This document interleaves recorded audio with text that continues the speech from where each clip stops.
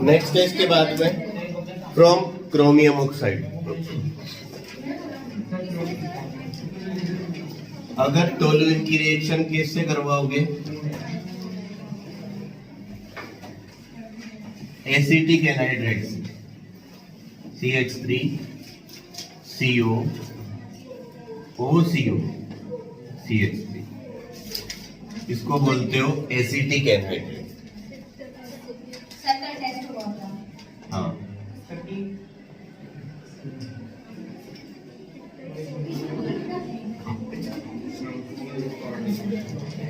किसकी प्रेजेंस में होगा ये? क्रोमिक ऑक्साइड की प्रेजेंस में। ठीक है, सबसे पहले जैसे कल एक रिएक्शन हुई थी ना, हमने पढ़ी थी क्रोमिल क्लोराइड वाली, तो वैसे ये रिएक्शन होती है।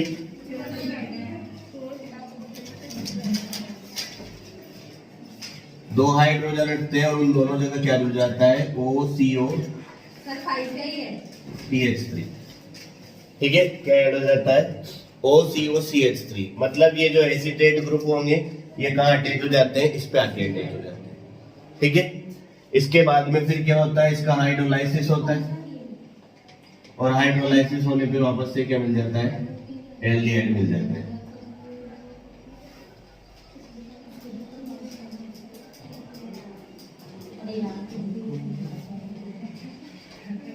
कल जो थर्ड रिएक्शन थी ना फ्रॉम हाइड्रोकार्बन, उसमें एक तो इटार्ड रिएक्शन पढ़ी थी तुमने, हाँ, एक पढ़ी थी तुमने गाटरमान कोच रिएक्शन, एक पढ़ी थी साइड चेन हेलोजिनेशन, है ना। अब एक ये पढ़ रहे हो फ्रॉम क्रोमिक ऑक्साइड। ठीक है, बना लो इसको। ये वैसी रिएक्शन है जैसे इटार्ड रिएक्शन थी सेम। वहां क्या है? OCROCl2 ऐड होता था, यहाँ ऐड होता है OCOCH3। OCOCH3 मतलब ये वही CH3COO माइनस है, एसिटेट जिसको बोलते हो ना, वही है। मतलब एक तरीके से टोलुइन डाइएसिटेट बनता है। यहाँ पे दो एसिटेट अटैच हो जाते हैं ना टोलुइन से, तो इसको टोलुइन डाइएसिटेट बोल सकते हो। यहाँ 2 है।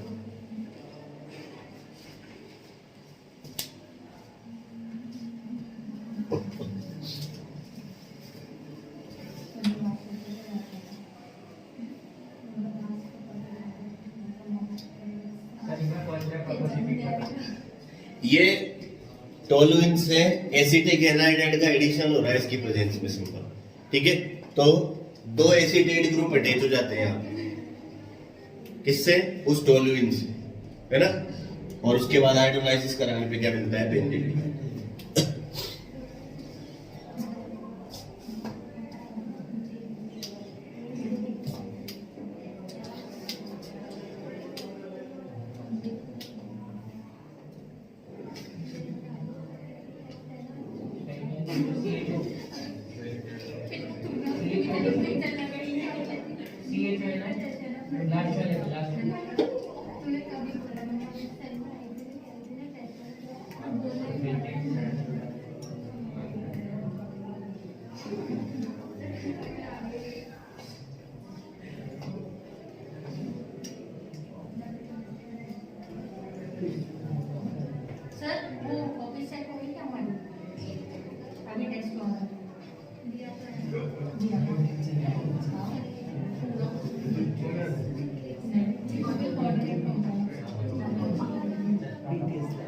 इसके बाद में देखो इधर नेक्स्ट है, ये तो किसके ओनली एल्डिहाइड बनाने के मेथड्स थे। अब इसके बाद में नेक्स्ट है methods of preparation of ketones.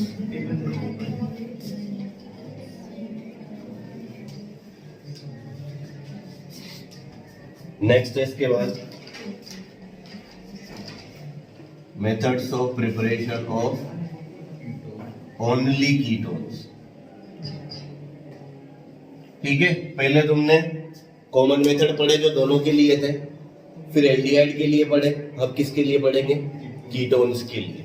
ठीक है, और इसमें फर्स्ट जो है वो है बाय एसाइल क्लोराइड।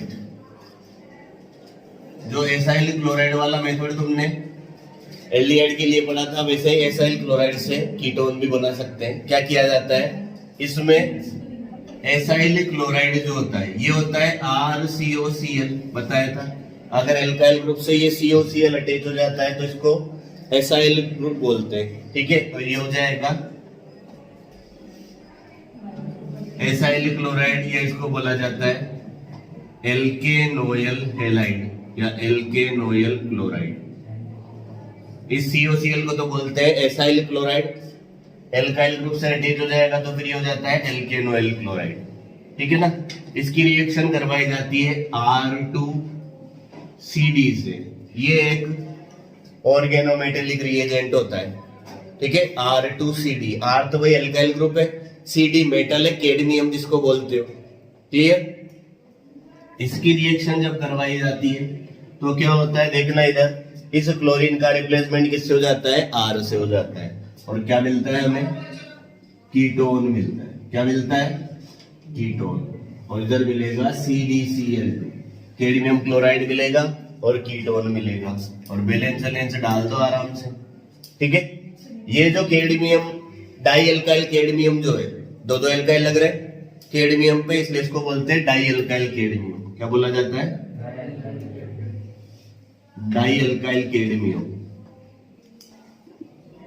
इसको बनाया कैसे जाता है, इसको बनाने के लिए ग्रिग्नार्ड रिएजेंट लिया जाता है, RMgX जिसको बोलते हो, ठीक है। और इस ग्रिग्नार्ड रिएजेंट की रिएक्शन किससे करवा दी जाती है, कैडमियम क्लोराइड से करवा दी जाती है, ठीक है। ये कैडमियम क्लोराइड ग्रिग्नार्ड रिएजेंट से रिएक्शन करके क्या बनाता है, R2CD और MgXCl। आ गई बात समझ में, ठीक है। यहाँ पे दो एल्काइल ग्रुप है, इसलिए इसको कितने लेने पड़ेंगे, दो। तो ये रिएजेंट ऐसे बनता है, और फिर ये किससे रिएक्शन करता है, एसाइल क्लोराइड से। हेलोजन का रिप्लेसमेंट हो जाता है एल्काइल ग्रुप से, क्या मिलता है, कीटोन मिल जाता है, ठीक है। जैसे एग्जांपल देखो इधर, ये तुम्हारे पास में CH3COCl दिया हुआ है, इसको बोलोगे तुम या तो एसिटिल क्लोराइड बोल दो या इथेनोइल क्लोराइड बोलोगे। क्या बोलोगे, कॉमन नेम में तो इसको बोलते हैं एसिटिल क्लोराइड, क्योंकि ये जो CH3CO ग्रुप होता है ना, इसको बोलते हैं एसिटिल ग्रुप। इससे क्लोराइड अटैच है तो एसिटिल क्लोराइड। या दो कार्बन का इथेन है, इसका जो सफिक्स होता है वो होता है ऑयल हैलाइड, ऑयल क्लोराइड, तो इसको बोलोगे इथेनोइल क्लोराइड।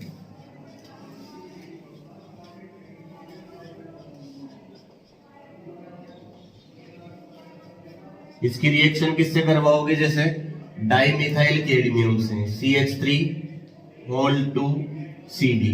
डाइमिथाइल कैडमियम में। इसी रिएक्शन का एग्जांपल समझा रहा हूं। तो क्लोरीन का रिप्लेसमेंट किससे हो जाएगा, मिथाइल से। तो क्या मिलेंगे तुम्हें, 2 मोल मिलेंगे किसके, एसीटोन के। Cl की जगह कौन आ जाएगा, CH3, और पीछे क्या बनेगा, CdCl। यहाँ पे बैलेंस करने के लिए इसको कितना ले लोगे, 2। क्लियर, बना लो इसको। इस रिएक्शन के थ्रू तुम्हें क्या मिल रहा है, कीटोन मिल रहा है।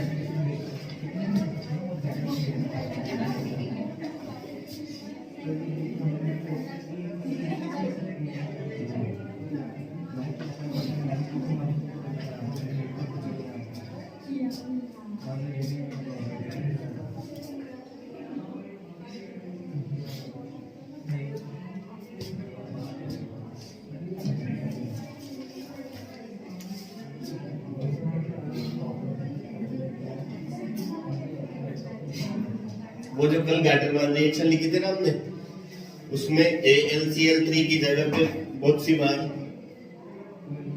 CuCl भी दे दिया जाता है। हाँ, CuCl या Cu2Cl, उसको क्यूप्रस क्लोराइड बोलते हैं।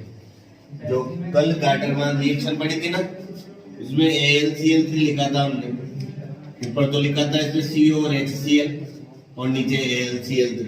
तो AlCl3 की जगह पे CuCl भी दिया जाता है और इसको ऐसे भी लिख देते हैं, इसको बोला जाता है क्यूप्रस क्लोराइड।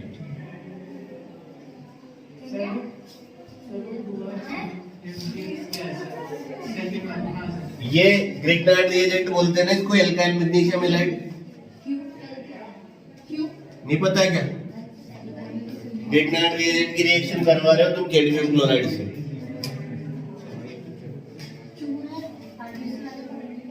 और ग्रिग्नार्ड रिएजेंट एक टाइप की न्यूक्लियोफिलिक सब्स्टिट्यूशन ही देता है।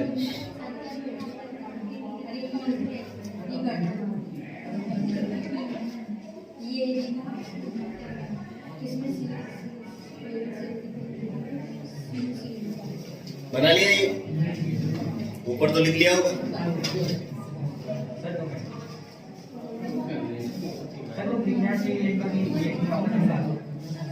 Grignard reagent RMgX alkyl magnesium halide, ये कैडमियम क्लोराइड से रिएक्शन करेगा तो क्या मिलेगा?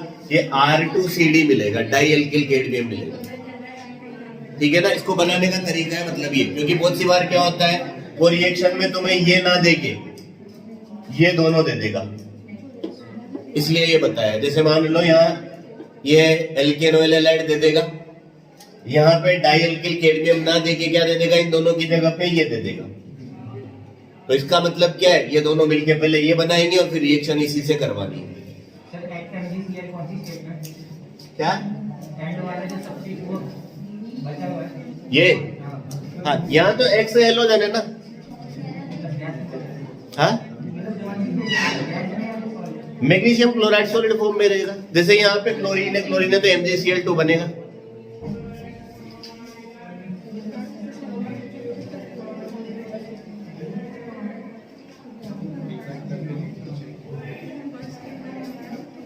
नेक्स्ट इसके बाद में सेकंड फ्रॉम नाइट्राइल्स।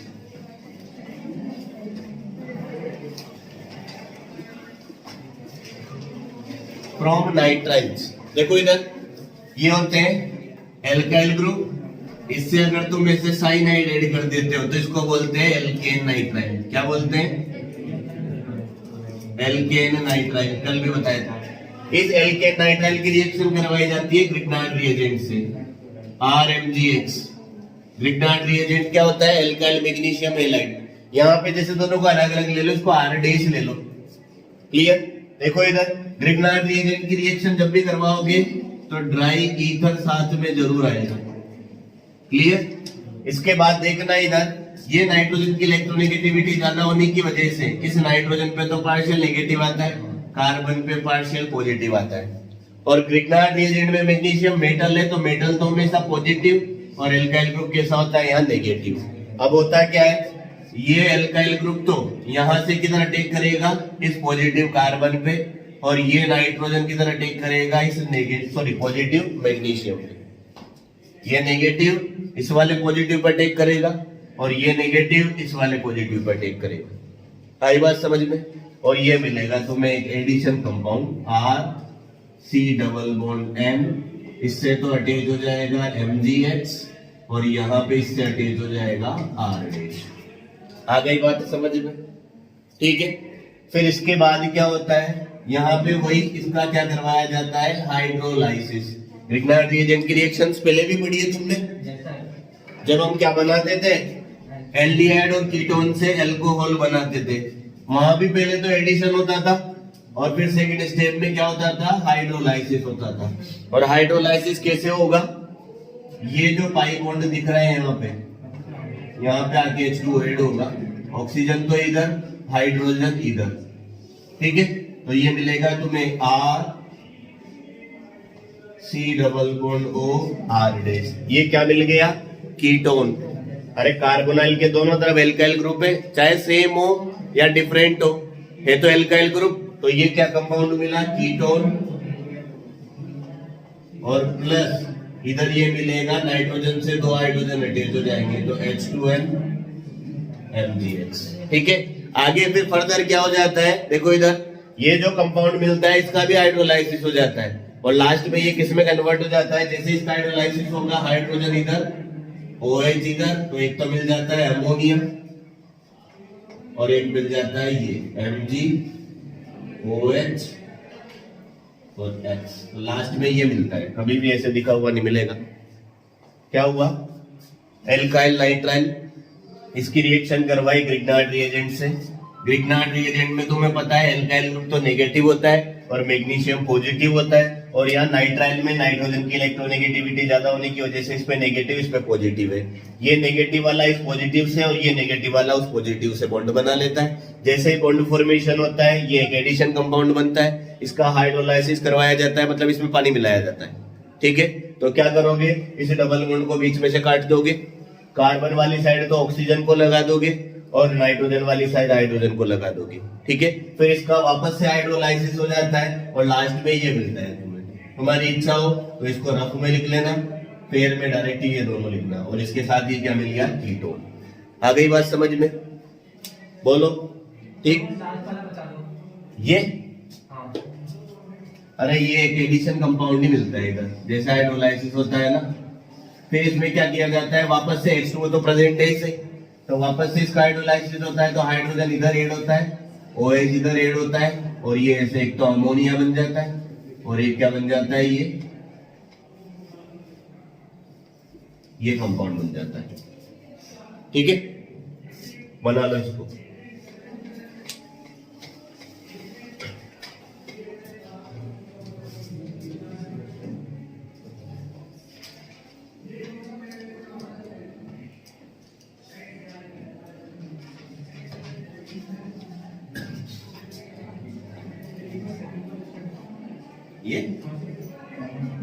ये H2O है, एक्चुअली मैंने उसको लिखा ऐसे है, ये जैसे H2O नहीं होता क्या, तो इसको ऐसे लिख दिया कि इधर तो ऑक्सीजन है और इधर ये हाइड्रोजन है, हाइड्रोजन तो नाइट्रोजन से बॉन्ड बनाएंगे और ये इधर इससे बॉन्ड बनाएंगे। ये ऐसे होता है, देख हम बोलते हैं ना कि वो एक कार्बन पे पाई बॉन्ड और सिग्मा बॉन्ड होते हैं, तो जैसे एक पाई बॉन्ड ब्रेक हुआ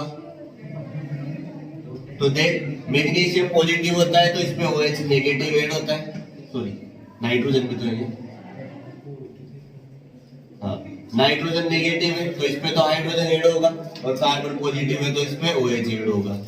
इधर इस बॉन्ड को जब ब्रेक करेंगे तो इसमें भी यही होगा, दो बॉन्ड बनेंगे नहीं, इधर तो OH ऐड होगा, इधर हाइड्रोजन, सॉरी इधर हाइड्रोजन ऐड होगा और इधर OH ऐड होगा।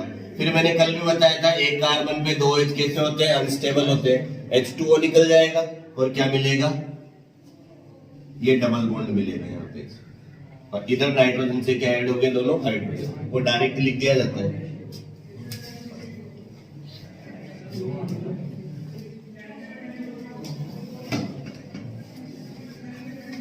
बना लिया ये, जल्दी करो।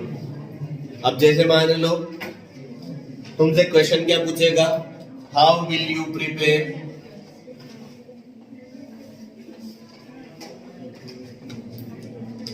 क्वेश्चन क्या पूछेगा, how will you prepare acetophenone from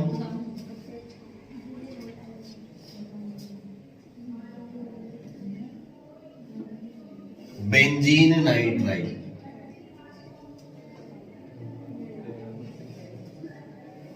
ठीक है, बेंजीन नाइट्राइल से एसीटोफिनोन कैसे बनेगा, कैसे बनेगा, इधर देखो, इधर एसीटोफिनोन मैंने तुम्हें बताया था क्या होता है, ये बेंजीन, इससे कौन ऐड होता है, COCH3, तो इसको बोलते हैं एसीटोफिनोन। क्या बोलते हैं, एसीटोफिनोन। ये बनाना है, किससे बनाना है, बेंजीन नाइट्राइल से। ये होता है बेंजीन नाइट्राइल, बेंजीन से कौन अटैच हो जाएगा, साइनाइड ग्रुप अटैच हो जाएगा, यही होता है। अरे ये बात समझ में, ठीक है। तो यहाँ पे तुम क्या लेके चलोगे, देखो एल्काइल ग्रुप जो है इसकी जगह तुम ले लोगे ये बेंजीन ग्रुप, बेंजीन मतलब यहाँ आ जाएगा ये C6H5, अरे लिख सकते हैं इसको ऐसे, तो यहाँ क्या चलता रहेगा C6H5, और देखो इधर यहाँ पे ये कार्बन तो मेंटेन रहेगा, इससे एक एडिशनल क्या अटैच करवाना है तुम्हें, CH3 ऐड करवाना है, तो ये CH3 कौन लेके आएगा, ये ग्रिग्नार्ड रिएजेंट। यहाँ क्या लेना पड़ेगा तुम्हें? Methyl magnesium halide. क्या लेना पड़ेगा? अरे बोल रहा हूं जो बात तो समझ में आ रही है ना? कौन है ये टुच्ची वाला? देखो इधर, यहाँ पे तुम्हें बनाना क्या है? एसिटोफिनोन। अब बात तो तब समझ में आएगी जब एसिटोफिनोन जानते होंगे, और उसके लिए पीछे वाले पेज पलटने पड़ेंगे, और वो यहाँ नहीं पलटने, घर पे पलटने होते। पता है एसिटोफिनोन, बेंजोफिनोन, प्रोपियोफिनोन। ठीक है, तो एसिटोफिनोन जानते हो ना? अब एसिटोफिनोन किससे बनाना है? बेंजीन नाइट्राइल से। बेंजीन नाइट्राइल भी नया नहीं है तुम्हारे लिए। नाइट्राइल में तुम जानते हो CN ग्रुप होता है। बेंजीन नाइट्राइल मतलब बेंजीन से CN जुड़ गया। इसमें क्या समझ में नहीं आया? फिर इसके बाद में मैं ये बोल रहा हूं कि ये एसिटोफिनोन है। एसिटोफिनोन, और इसमें डिफरेंस किसका दिख रहा है? ये नाइट्रोजन की जगह पे ये CH3 ग्रुप आ रहा है। जब नाइट्राइल की रिएक्शन ग्रिग्नार्ड रिएजेंट से कराते हो तो एल्काइल ग्रुप कौन देगा? ग्रिग्नार्ड रिएजेंट देगा। तो इसको क्या देना चाहिए कि ये बने? मिथाइल देना चाहिए। तो यहाँ कौन सा ग्रिग्नार्ड रिएजेंट लोगे? Methyl magnesium halide. जैसे मिथाइल मैग्नीशियम ब्रोमाइड ले लिया मैंने। ऐसे रिएक्शन होगी, इस कार्बन से कौन अटैच होगा? CH3। यहाँ R की जगह तो कौन है? C6H5। यहाँ कौन अटैच हो गया? CH3। फिर क्या होगा? हाइड्रोलाइसिस होगा। यहाँ कौन है? C6H5। यहाँ कौन है? CH3। क्या मिला? ये यही तो मिला, नहीं मिला? इसको क्या बोलोगे? एसिटोफिनोन बोलोगे। नहीं आई बात समझ में? मान लो ये क्वेश्चन लिखो, फिर आंसर लिखो। जब भी ऐसे क्वेश्चन आते हैं ना, तो सबसे पहले तो तुम्हें स्ट्रक्चर पता होनी चाहिए कि तुमसे पूछा क्या है और यूज किसको करना है। और वो स्ट्रक्चर पता ऐसे ही नहीं होगी बातों से, उसको याद करना पड़ेगा, देखना पड़ेगा। एसिटोफिनोन क्या होता है?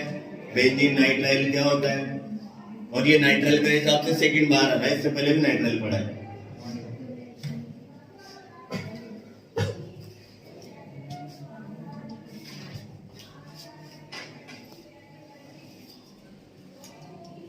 वहां कंपाउंड जो है वो नेम की फॉर्म में ही देगा तुम्हारे लिए, ऐसे लेके बैठा देगा कि ये इसकी स्ट्रक्चर है, ये इसकी स्ट्रक्चर है, बना दो।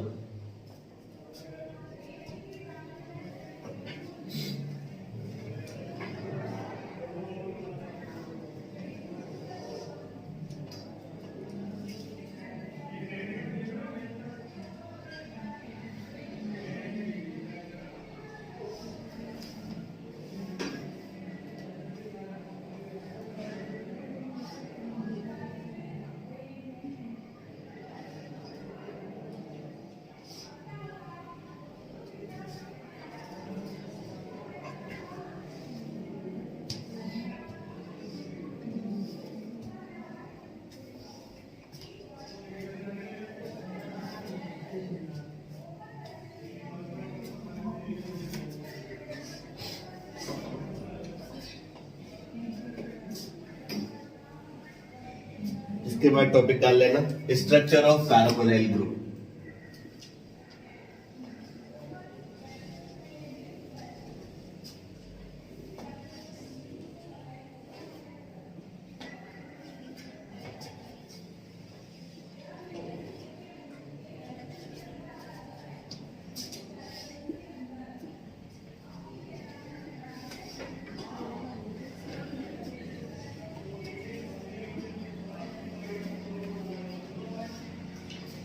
कार्बोनाइल ग्रुप की स्ट्रक्चर किसमें? कार्बोनाइल कंपाउंड में।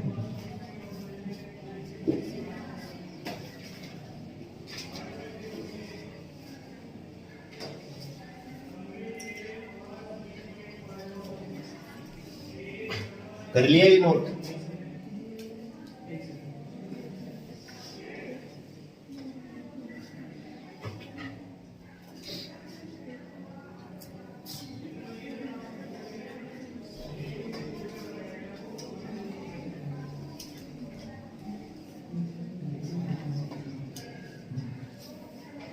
कर दो इसको साफ।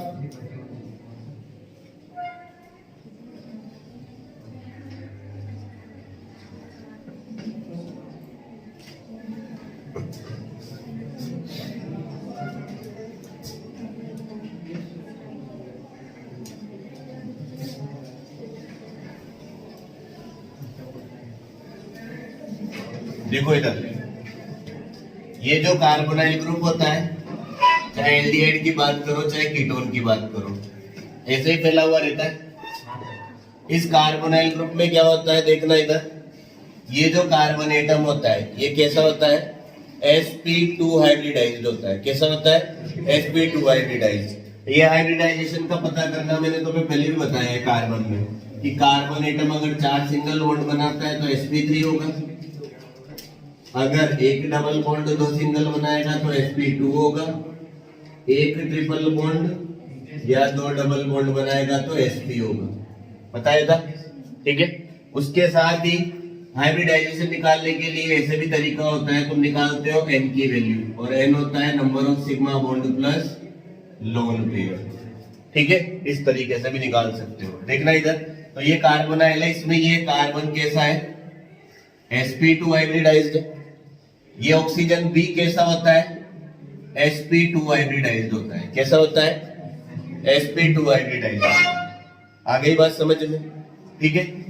उसके बाद में देखना, अगर हाइब्रिडाइजेशन sp2 होता है तो जो ज्योमेट्री या जो शेप होती है वो कैसी होती है, प्लेनर होती है। तो कार्बोनाइल ग्रुप जो होता है वो कैसी ज्योमेट्री में होता है, प्लेनर ज्योमेट्री में होता है, ट्राइगोनल प्लेनर ज्योमेट्री, ठीक है।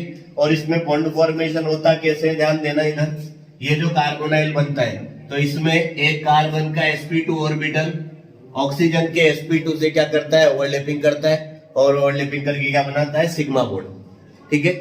बाकी जो बचे हुए 2 sp2 है वो कोई भी जो ग्रुप अटैच होता है कार्बन के साथ उनसे ओवरलैपिंग करते हैं और क्या बना लेते हैं, सिग्मा बॉन्ड बना लेते हैं। अब उसके अलावा ये जो डबल बॉन्ड बनता है ये कैसे बनता है, ध्यान से देखना।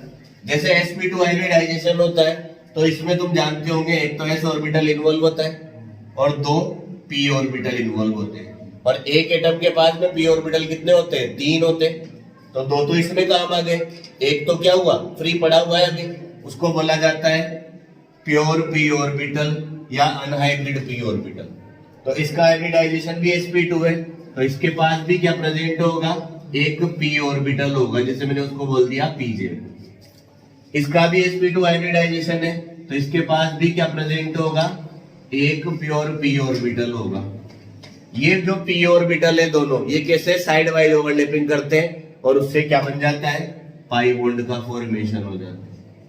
अगली बात समझ में, तो ये सिग्मा बॉन्ड, ये पाई बॉन्ड। सिग्मा बॉन्ड तो कौन सी ओवरलैपिंग से होता है, sp2 ओवरलैपिंग से, और ये कौन सी ओवरलैपिंग होती है, pz ओवरलैपिंग।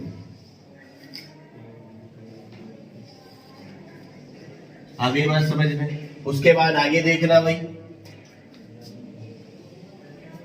ये जो कार्बोनाइल ग्रुप होता है इसमें क्या होता है, ऑक्सीजन की इलेक्ट्रोनेगेटिविटी ज्यादा होती है किससे, कार्बन से। तो ये ऑक्सीजन इस बॉन्ड के इलेक्ट्रॉन्स को क्या करता है, अपनी तरफ अट्रैक्ट करता है। जैसे बॉन्ड के इलेक्ट्रॉन को अट्रैक्ट करेगा ऐसे हालात हो जाते हैं, ऑक्सीजन पे तो नेगेटिव आ जाता है और कार्बन पे पॉजिटिव आ जाता है, ठीक है।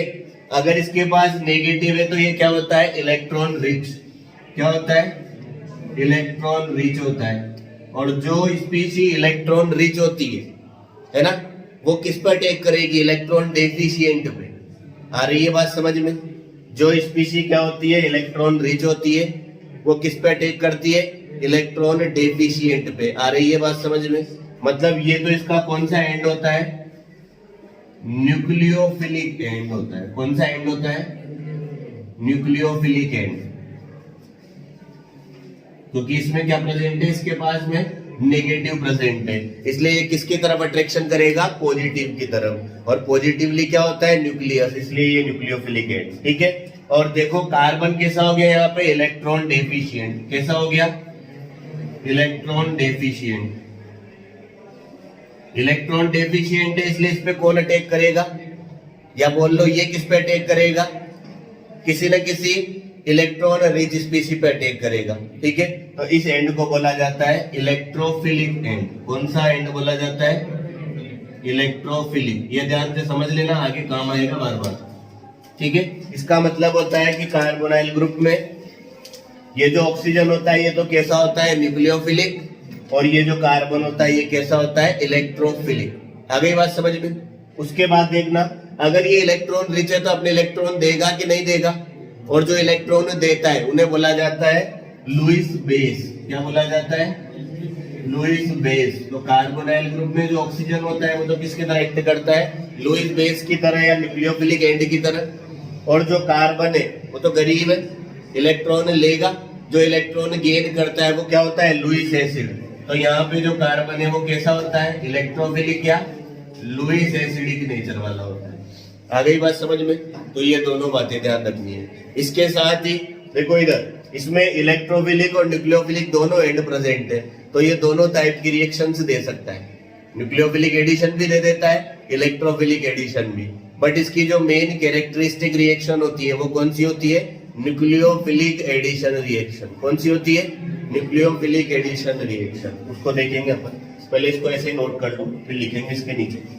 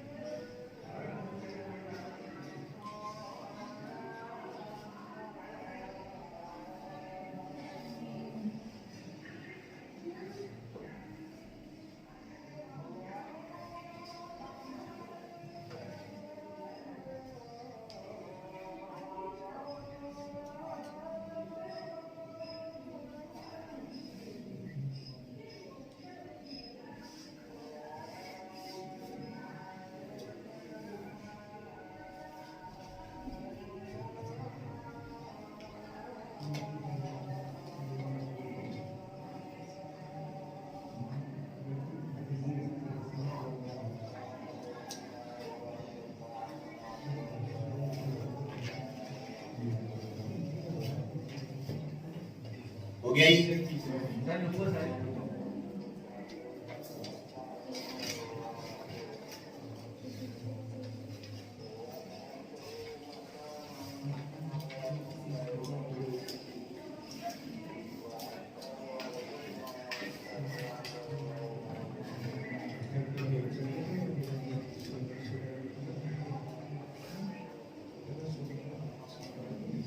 हो गया? नहीं sir.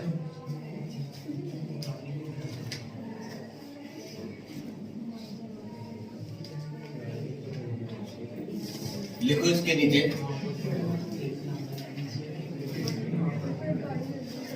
In carbonyl compound,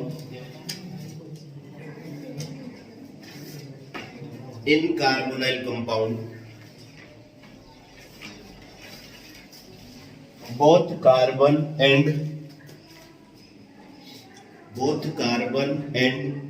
oxygen atom, both carbon and oxygen atom of carbonyl group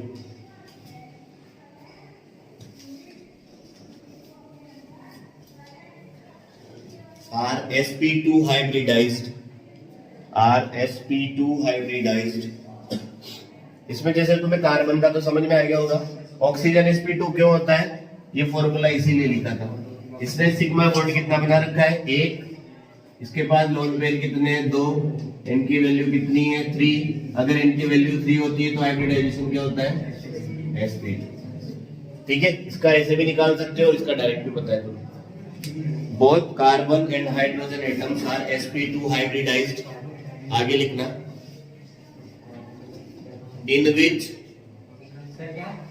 which carbon oxygen sigma bond, in which carbon oxygen sigma bond is formed by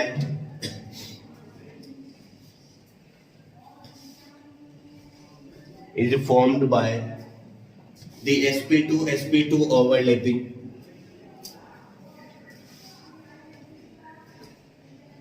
carbon oxygen sigma bond is formed by sp2 overlapping, while carbon oxygen pi bond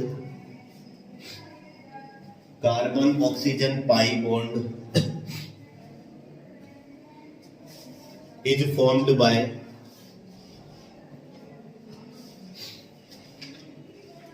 side-wise overlapping,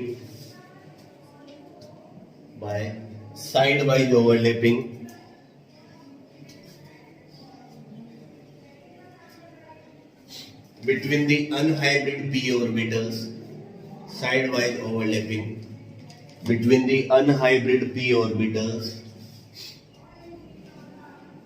of carbon and oxygen, side-wise overlapping between the unhybrid p orbitals of carbon and oxygen. Sigma bond तो कैसे बन रहा है, carbon oxygen का जो sp2 hybrid orbital है वो overlapping कर रहे हैं, उससे बन रहा है। और ये जो पाई बॉन्ड है ये बन कैसे रहा है, इसका अनहाइब्रिड p ऑर्बिटल इस तरीके से साइड से मिक्स हो रहे हैं। जब दो ऑर्बिटल साइड से मिक्स होते हैं तो उसको साइड वाइज या कोलैटरल ओवरलैपिंग बोलते हैं, और उसी से पाई बॉन्ड बनता है। तो इस वजह से ये पाई बॉन्ड बनता है। लाइन चेंज करके लिखना, in carbonyl compounds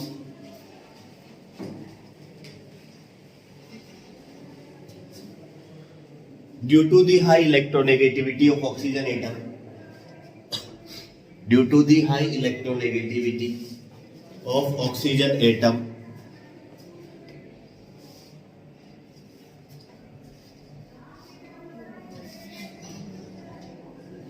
partial negative charge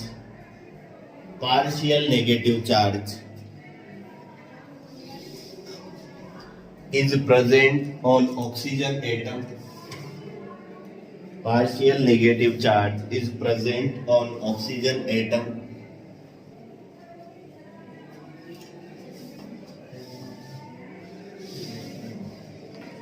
due to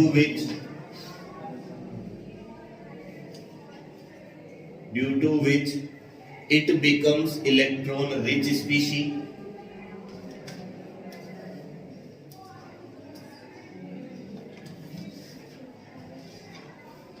It becomes electron rich species and acts as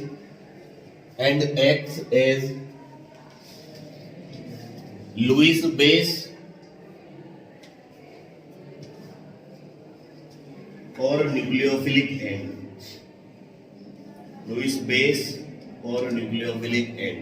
ठीक है, ये इलेक्ट्रॉन रिच हो जाता है, इस वजह से लुईस बेस या न्यूक्लियोफिलिक एंड की तरह एक्ट करता है। और जो कार्बन है वो कैसा हो जाएगा, इलेक्ट्रॉन डेफिशिएंट, इसलिए वो किसकी तरह एक्ट करेगा, लुईस एसिड या फिर न्यूक्लियोफिलिक एंड की तरह, सॉरी इलेक्ट्रोफिलिक एंड की तरह। ये न्यूक्लियोफिलिक लिखा है,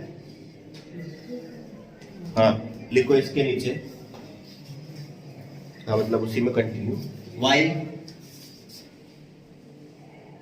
carbon atom becomes electron deficient,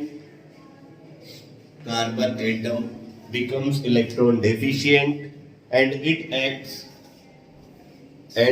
acts